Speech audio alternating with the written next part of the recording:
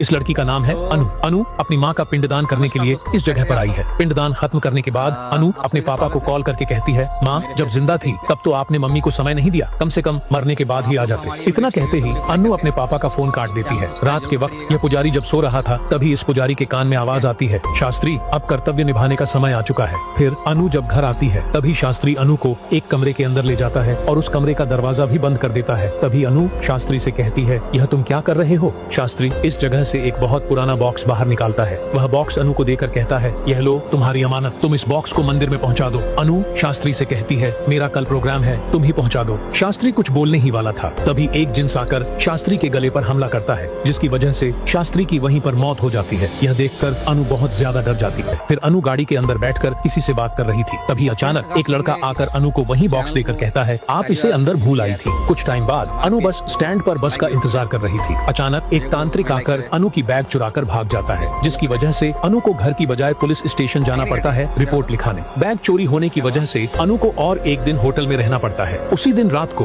वही तांत्रिक आकर अनु को उसकी बैग लौटाता है और तांत्रिक यह भी कहता है, मंदिर जाने में ही तुम्हारा भला है, जल्दी से उस बॉक्स को मंदिर के अंदर रख कर आओ। इतना कहकर तांत्रिक उस जगह से चला जाता है। तांत्रिक के जाने के बाद अनु सोचती है, आखिर क्या है इस बॉक्स में? तभी अनु को अपनी साइड के कमरे से किसी की आवाज सुनाई देती है। इस लड़के का नाम है मित्रम। यह अपनी गर्लफ्रेंड से फोन पर बात कर रहा था। अगले दिन सुबह मित्रम की मुलाकात होती है अनु से। फिर ये दोनों बात करने लगते हैं। अनु मित्रम से कहती है, मेरा एक काम है, तुम चलोगे क्या मेरे साथ? अनु की बात सुनकर मित्रम भी एक ही बार में मान जाता है। फिर ये दोनों जब जा रहे थे तभी कुछ लड़के आकर अनु को परेशान करने लगते हैं। अनु गुस्से में आकर कहती है, काश आगे जाकर इनका एक्सीडेंट हो जाए। अनु के मुंह से यह बात निकलने के बाद सच में आगे जाकर उनका एक्सीडेंट हो जाता है। इसे देखने के बाद कार के अंदर के सभी लोग पूरी तरह से हैरान हो जाते हैं। अगले सीन में रुद्रपति अपने बेटे से कहता है, मंदिर का दरवाजा हमारा ही खानदान का कोई खोलेगा, लेकिन जो खोलेगा उसकी पापा की मौत हो जाएगी। ये सुनने के बाद रुद्रपति का बेटा कहता है, आप ही इस घर के बड़े हैं और आप ही मंदिर के बारे में सबसे ज्यादा जानते हैं। अगर मैं मंदिर का दरवाजा खोला तो आपकी मौत हो जाएगी। मैं सब कुछ जानकर ऐसा नहीं कर सकता। फिर रुद्रपति कहता है, तुम्हें ऐसा करना होगा। अगले सीन में अनु उस बॉक्स को लेकर मंदिर पहुंचता है। फिर उस पुजारी के हाथ में यह बॉक्स देकर कहता है, तुम इस बॉक्स को मंदिर के अंदर रख दो। पुजारी को पता था अगर वह मंदिर के अंदर बॉक्स रखने गया तो उसके पापा की मौत हो जाएगी, इसलिए शंभू उस बॉक्स को नहीं लेता है। फिर अनु उस बॉक्स को मंदिर के बाहर रखकर चली जाती है। यह लोग जब मंदिर से बाहर चले जाते हैं तभी एक चोर आकर उस बॉक्स को चुरा लेता है और गांव के मुखिया के पास ले जाता है। थोड़ी देर बाद मुखिया उस बॉक्स को देखकर कहता है, तुम इस बॉक्स को मेरे पास रख दो, मैं देखता हूँ। इधर अनु गाँव से निकलने की कोशिश कर रही थी, लेकिन किसी न किसी वजह से वह नहीं निकल पा रही थी। कभी अनु की कार बंद हो जाती तो कभी उसकी बस छूट जाती,